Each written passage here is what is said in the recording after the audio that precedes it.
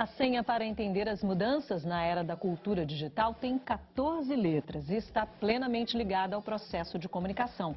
Trata-se de um termo muito falado nos dias de hoje, embora nem sempre usado no sentido adequado. Essa palavra é interatividade. Este é o ponto de partida da nossa entrevista de hoje com o professor Marco Silva. Ele explica como os processos de interação passaram a transformar diversas áreas da nossa vida, entre elas a educação.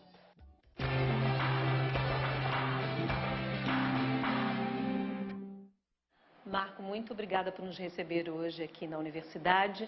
Vamos começar falando sobre interatividade. Hoje, quando falamos sobre cultura digital, é comum ouvir a palavra interatividade associada aos recursos das tecnologias da informação e da comunicação. Mas você, em várias entrevistas disponíveis na própria web, é um crítico da forma como essa palavra vem sendo utilizada. Por quê? De fato, em primeiro lugar, eu preciso registrar aqui uma palavra muito curiosa, que ela está em emergência por causa do espírito do tempo mesmo, né? Ou seja, que tempo? O tempo da cibercultura, era digital, era da informática, e a informática se apropriou muito bem desse conceito. Entretanto, o conceito não é um conceito de informática, é um conceito de teoria da comunicação. O que ele quer dizer? É quando a emissão e a recepção trabalham na construção da comunicação ou da mensagem, né? Porque na era dos meios de massa, meios unidirecionais, como a televisão, como o rádio, como os impressos, nós temos o controle do processo na mão da emissão, né? De quem produz a programação. E na perspectiva da interatividade, o receptor deveria ser também coautor. Só que os meios de massa não contemplam essa dinâmica, e quem é que vai contemplar isso? A web, né? Os blogs, enfim, todo o mundo da internet online. Aí nós temos essa possibilidade. Por outro lado, nós temos um uso muito exagerado, né? Mercadológico, muitas vezes, dessa palavra. Eu já ouvi falar em tênis, né? Interativo, já ouvi falar em shampoo interativo, jaqueta interativa, porque ela tem um chip que pega a sua pressão arterial, temperatura do corpo, enfim. Há diversos usos. Teatro, por exemplo, programas de TV, que vão dizer, programa X é interativo, entre depois no chat, converse com fulano Beltrano.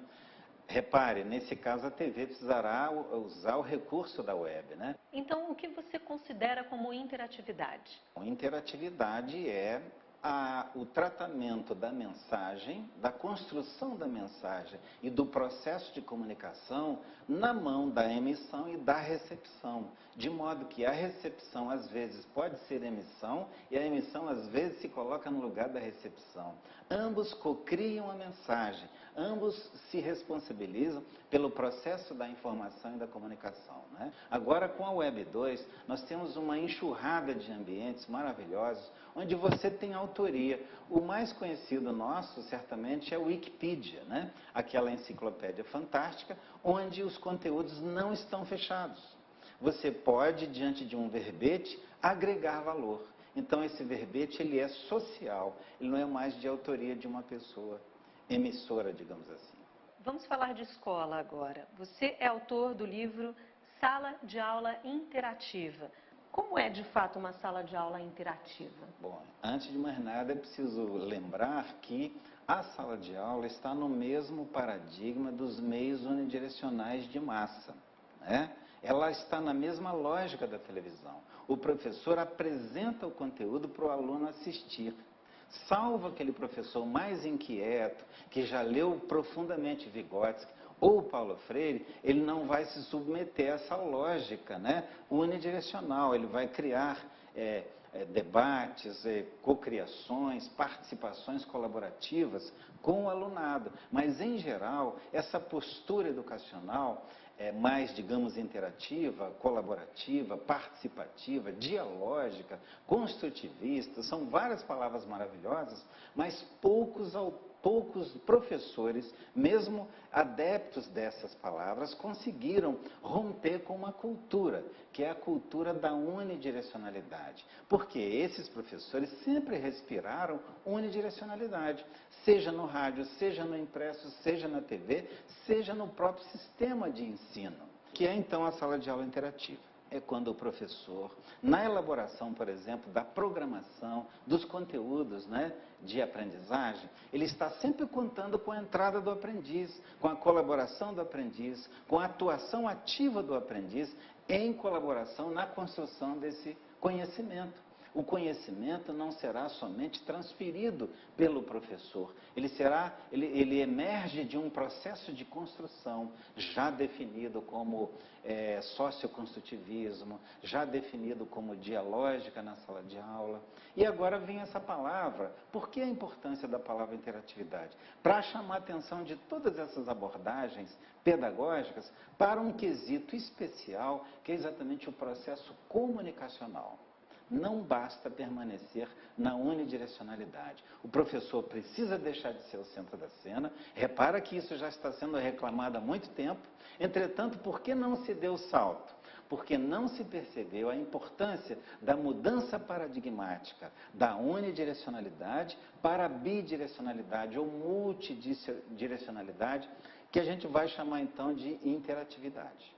Marco, estamos numa série que trata especialmente da cultura digital e hoje, no universo da educação em especial, só se fala nas inúmeras possibilidades que esses recursos tecnológicos trouxeram, mudando inclusive as formas de ensinar e de aprender.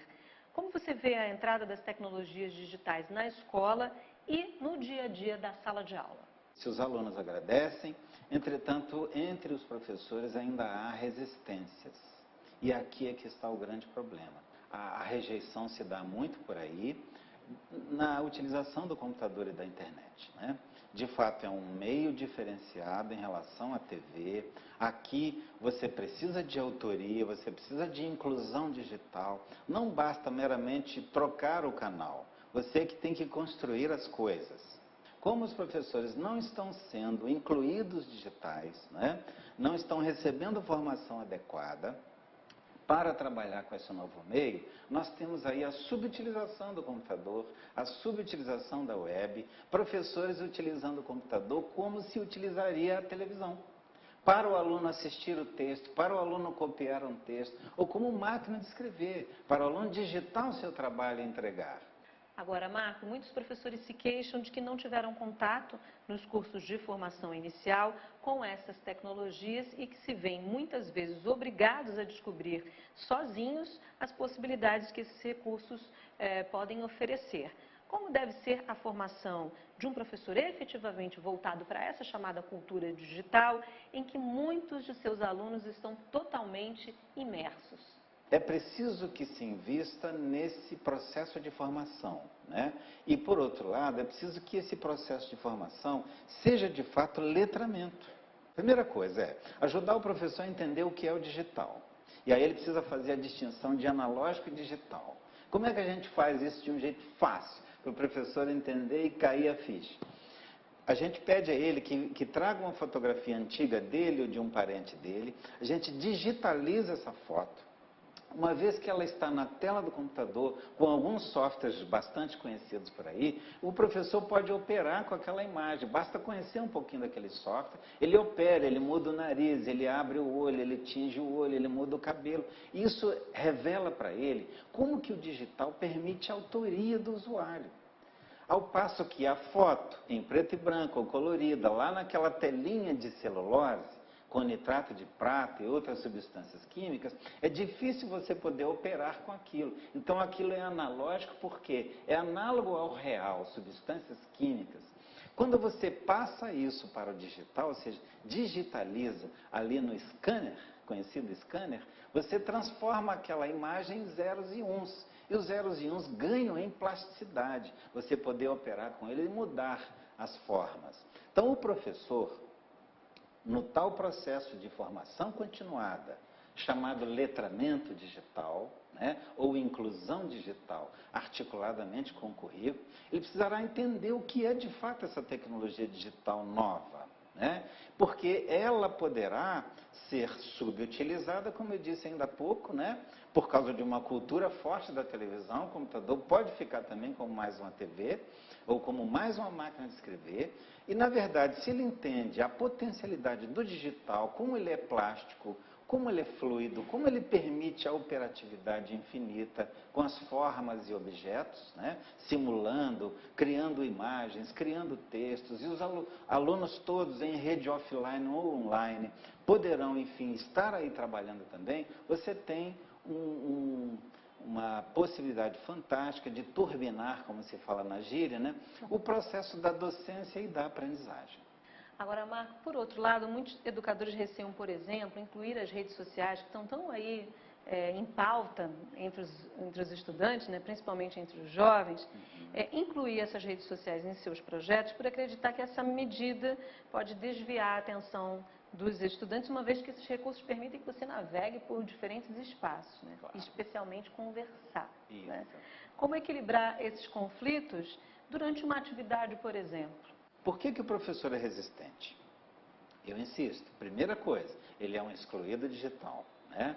Ele não tem esse engajamento com o tal letramento digital, ele não percebeu as potencialidades desse novo meio, dessa nova mídia, como recurso fantástico articulado ao currículo, de modo que possa potencializar a sua docência e aprendizagem do aprendiz. Esse é o primeiro desafio, o primeiro problema, digamos assim, né? O primeiro impedimento. O segundo impedimento é que o que ele vê por aí de uso das redes sociais, ele vai ver, poxa, mas ali só se fala futilidades, banalidades, coisas pessoais, coisa do namoro, coisa do ursinho, coisa do cachorrinho. Isso não nos interessa.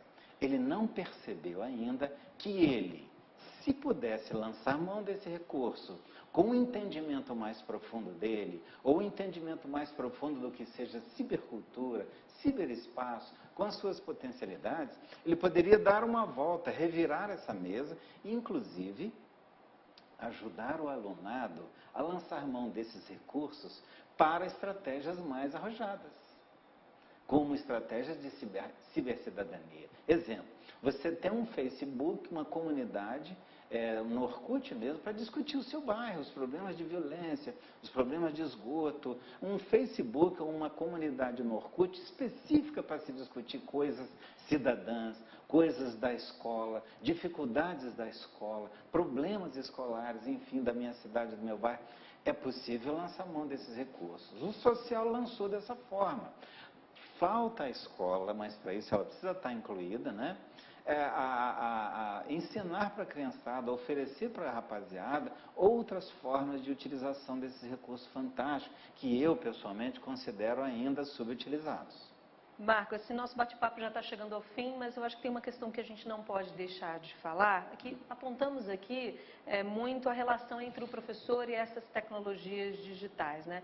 Agora, a escola como um todo, como é que você vê essa escola que estaria comprometida de fato com a chamada cultura digital? E aí a gente está englobando todos os atores que estão nessa escola, além do professor, a gestão, a coordenação pedagógica, enfim, toda a comunidade educacional presente dentro da escola. Os professores, os coordenadores, a direção, a mediação docente precisa estar inteiramente articulada aí com esses recursos para que eles não fiquem alguma coisa correndo no paralelo, como muitas vezes se vê, né? Então, mais uma vez voltamos. A tal formação continuada para uso desses equipamentos, né, o tal letramento digital, ele precisa envolver não somente os professores, que estão ali na superfície de contato direto com os alunos. É preciso envolver a direção, é preciso envolver a coordenação pedagógica, a orientação pedagógica e toda aquela equipe que está por trás do processo.